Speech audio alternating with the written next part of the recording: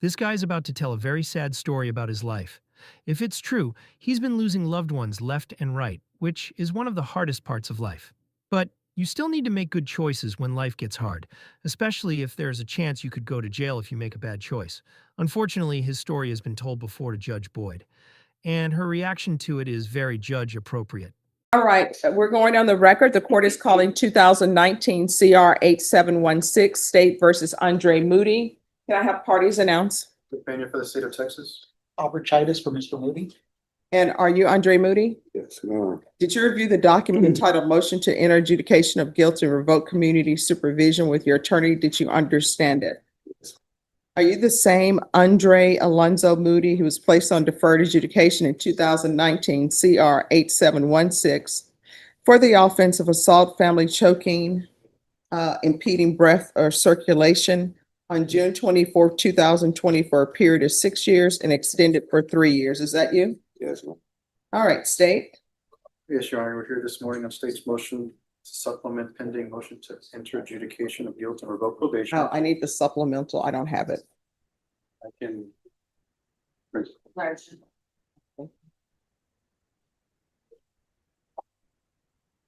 Thank you. All right, Mr. Moody, did you review the state's motion to supplement pending motion to enter adjudication of guilt with your attorney, and did you understand it? Yes, ma'am. All right, state, you may proceed. Yes, Your Honor. Violation condition number 29, on or about the 23rd day of February 2025 in Bear County, Texas. The defendant, Andre Alonzo Moody, did not comply with the rules and regulations of the GPS device 2019 CR 8716 in violation of condition number 29. How do you plead to that, true or not true? True.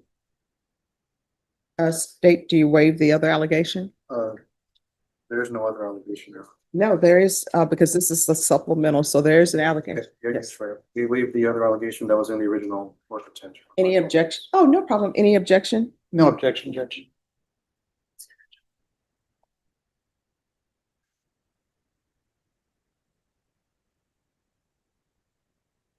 All right, Mr. Moody, did you understand by pleading true to violation of condition number 29, the court could find it true, grant the motion, find you guilty, sentence you up to 10 years in prison and up to a $10,000 fine? Knowing that, do you still wish to plead true to violation of condition number 29? Court will find violation of condition number 29 true. Is there a proposed agreement? There's not, Your Honor. I believe we're both going to go open to Your Honor on the appropriate punishment. Given that, just from the state's perspective, we're here on the defendant's third motion to revoke, Your Honor. His first one was filed, looks like it's 3 months after he was initially placed on probation being placed in June 2020. He was first MTR'd in September 2020. And at that time, his conditions were amended to include a TAP evaluation. He was extended for 3 years. Then we come back about a year ago in June 2024 for his second MTR, where the conditions were altered and amended again at that point to add no contact with the victim and partial GPS. Additionally, Your Honor, over his history of his probation, he has had 5 positive tests for marijuana. He has had 2 trips to Bear County outpatient treatment. At no point had he attempted to even begin his parenting classes in almost 5 years of probation. He has not completed any of his community service hours. He has not paid any of his fines and fees. It appears to the state that he's not interested in completing his probation as required to by Your Honor, and therefore we feel that 3 years prison would be appropriate sentence. All right, in defense? Judge, I'd like to call my client as a witness, just Sure. Did you raise your right hand? Yes, ma'am. Do you solemnly swear or affirm the testimony you give will be the truth and nothing but the truth, so help you God? Yes, ma'am. All right, you can lower your hand. Make sure you keep your voice up so that the court reporter can hear. Yes. If you state your name for the record. Andre Alonzo Moody. Mr. Moody, you've been on probation for going on how many years? 5. Okay, and in that time, have you had a place to live? No. Recently, through that time period, I lost all my family, my mom, my sister, my brother, my dad. And so I haven't had nowhere. I've been struggling. I had to when my sister passed, my mom took care of the funeral and the cost. But after that, when my mom passed the following year, I had to do it. My brother's in California. He passed in California. My dad was in California. He was in prison in California. So I had to take care of that. So everything that I was kind of like my little stride that I had, my gainings, I lost it. I had to pay for my mom's funeral. Then I had to afterwards pay for my dad's funeral. Then I had to pay for my brother's funeral also. So it kind of took a toll on me financial wise. And for a while, I was just depressed. I kind of, that's what happened with the first violation. When I lost my sister and my mom, I kind of really didn't want to be here, like a lot was happening. So, So let Yeah. me ask you this. So, were you living at Haven for Hope or were you on the street or what was your situation? First, temporarily, I was with Siobhan Sims, which is mother of my kids, which is the one I have this case with. And Why were you with her? Didn't he have a no contact order? no, that was prior to now. It was after I think the second NTR. Okay. I was with her because we had kids together. My daughter was the main reason. My oldest daughter was the main reason I kind of just wanted to be here. She kind of always wanted to be with me, like do everything. Like my youngest daughter always wanted to go Siobhan, and my oldest daughter always wanted to be with me through them times. She wanted to stay with me. So Okay, so let me ask you, in this time that you've been on probation, have you had any kind of employment? off and on, because I was working at Hooters for a while. But again, the consecutive passings of each family member kind of took a toll on me, and I just drifted. Mentally I wasn't there for a while, and I started kind of reading the Bible. Start putting. Does anybody have any Kleenex? Do you need that for your ear? It's Oh, okay, yeah, that would be better than this one. your finger. All right. Yeah. So I was. So you did work, at any point that I know you've been, moving around, did you lose your ID or social security card? Yes, twice actually. Oh, well, right now I'm on my 11th social security card. And I don't know if anybody knows this, but after you're only supposed to have 10 in a lifetime. Right now I'm on my 11th. I just recently got that back like 3 days before I came to jail. I The caseworker at Haven for Hope, she gave me got my birth certificate for me. I haven't had that since I was 17. So I was kind of just getting stuff together because it was when I first got out in October 2nd, it was hard because I didn't have nothing. Like again, I had to get my ID back. I had to get my social. And while it was being my 11th social security card, I can just order it on my social security like I would usually do. And everything is through appointment. So I had to make an appointment to get my ID, but you have to have one to get the other. And that was like hard. And, I finally was able to get the paperwork from the jail, a printout of a photocopy. I don't know what it's called, but I was able to get that. And the ID place took it and gave me my license, which was December like 14th. I went to the appointment and I got my license around January. And then I had to schedule an appointment for Social Security, but they're not taking walk-ins no more. That's an appointment. So I had to wait till February like 18th to go in to get that. And I just received that 3 days before I came to jail. Now was the problem with my employment. I wasn't able to get a job because I was working at a temp agency, which I came to see you in February because it was kind of hard to get myself together because um, I couldn't get the job. And the only job that I was able to get, GPS didn't want me to do it because it was a temporary job. So I kind of fell off with that, because I was working there. They didn't want me to work over a certain amount of hours. I was trying to get them. Okay, so let me interrupt you. So you've got your ID, you've got your driver's license, your birth certificate now, right? Yes, my case manager at Haven has my birth certificate.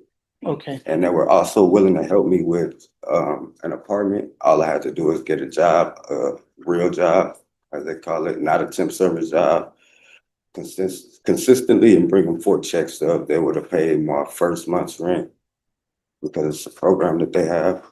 And, I never got that opportunity because I was arrested as soon as I got all my, okay.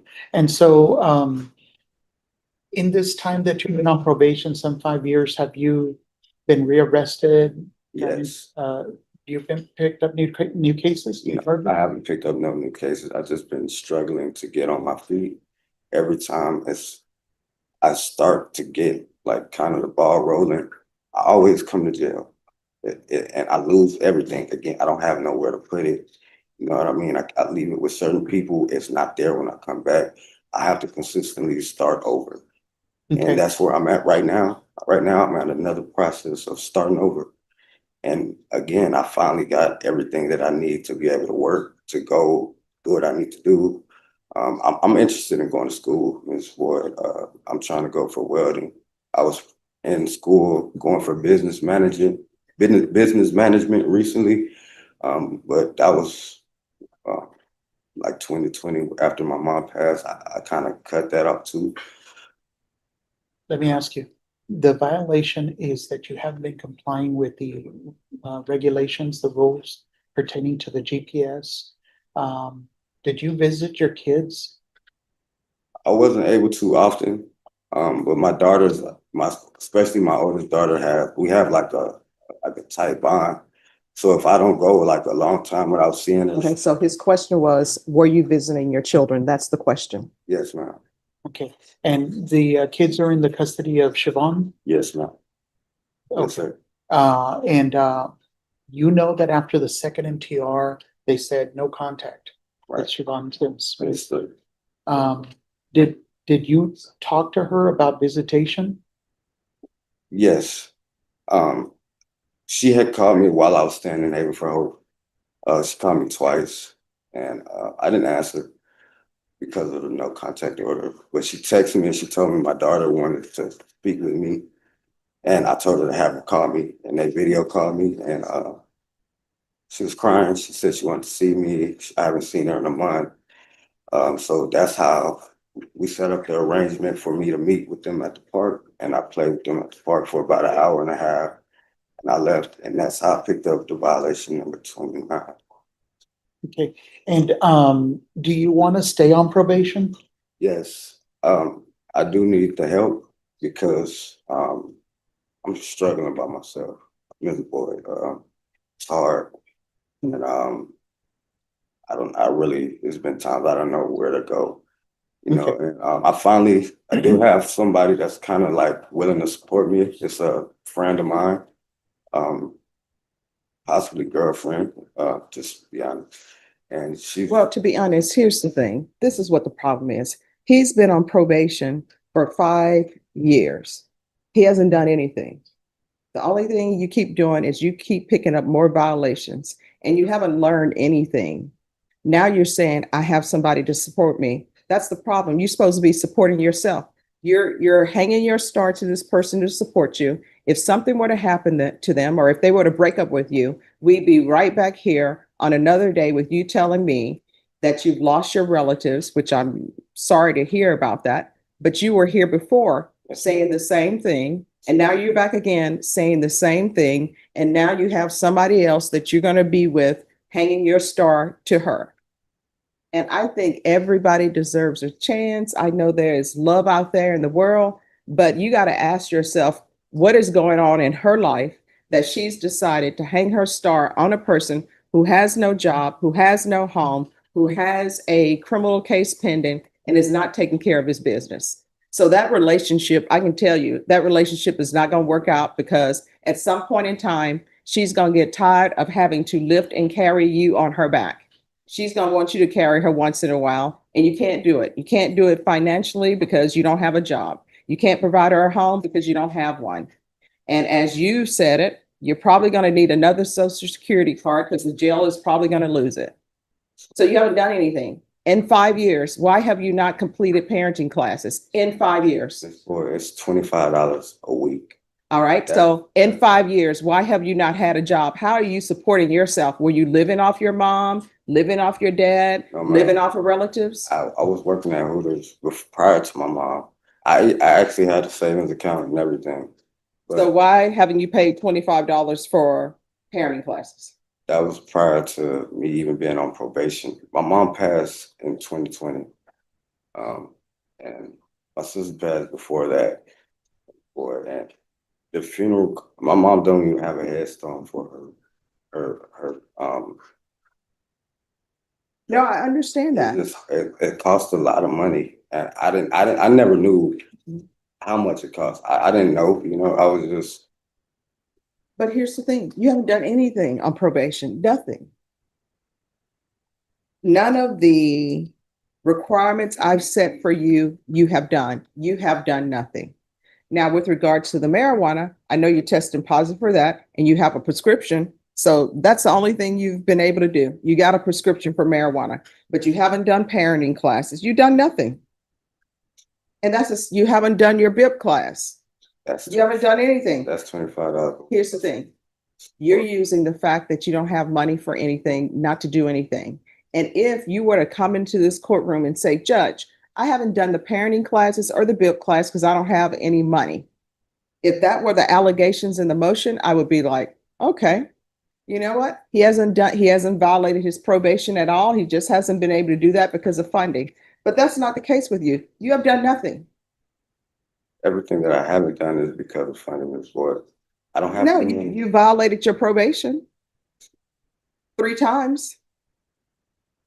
All you had to do was not violate your probation. You haven't done anything. And there's nothing that can be said today that will make me think that you're going to do anything when you're released, because every time you come before me once, another judge, another time, and every time you come before me, you have all these plans and you always have somebody. I found somebody who's going to help me out with this now. You're not taking any responsibility for anything. And how old are you? I'm 32. You're 32. You're going through life thinking that somebody else is supposed to be responsible for you, and they're not. Everybody gets hit with problems. I know funerals are expensive. That's why I decided I wanted to be cremated, and everybody else is saying, I want to be cremated. And you know what they started doing? Raising the price on cremation. I remember you could get cremated for $2,000. Now it's up to 10. So I understand. Who knows? Maybe I'm just going to die in my house and have somebody let cats come in my house and eat me. I don't know. But what I'm trying to express to you is it is not anybody else's duty to take in an adult male and support them. You're not even supporting your children financially. Right. That's another violation of probation. So in the 5 years that you have been on probation, you haven't even supported your children because you don't have a steady job. But here we are, we're going out procreating and we don't have our lives together. I just don't think probation is appropriate for you. And there's nothing else that I can do for you anymore. I tried my best.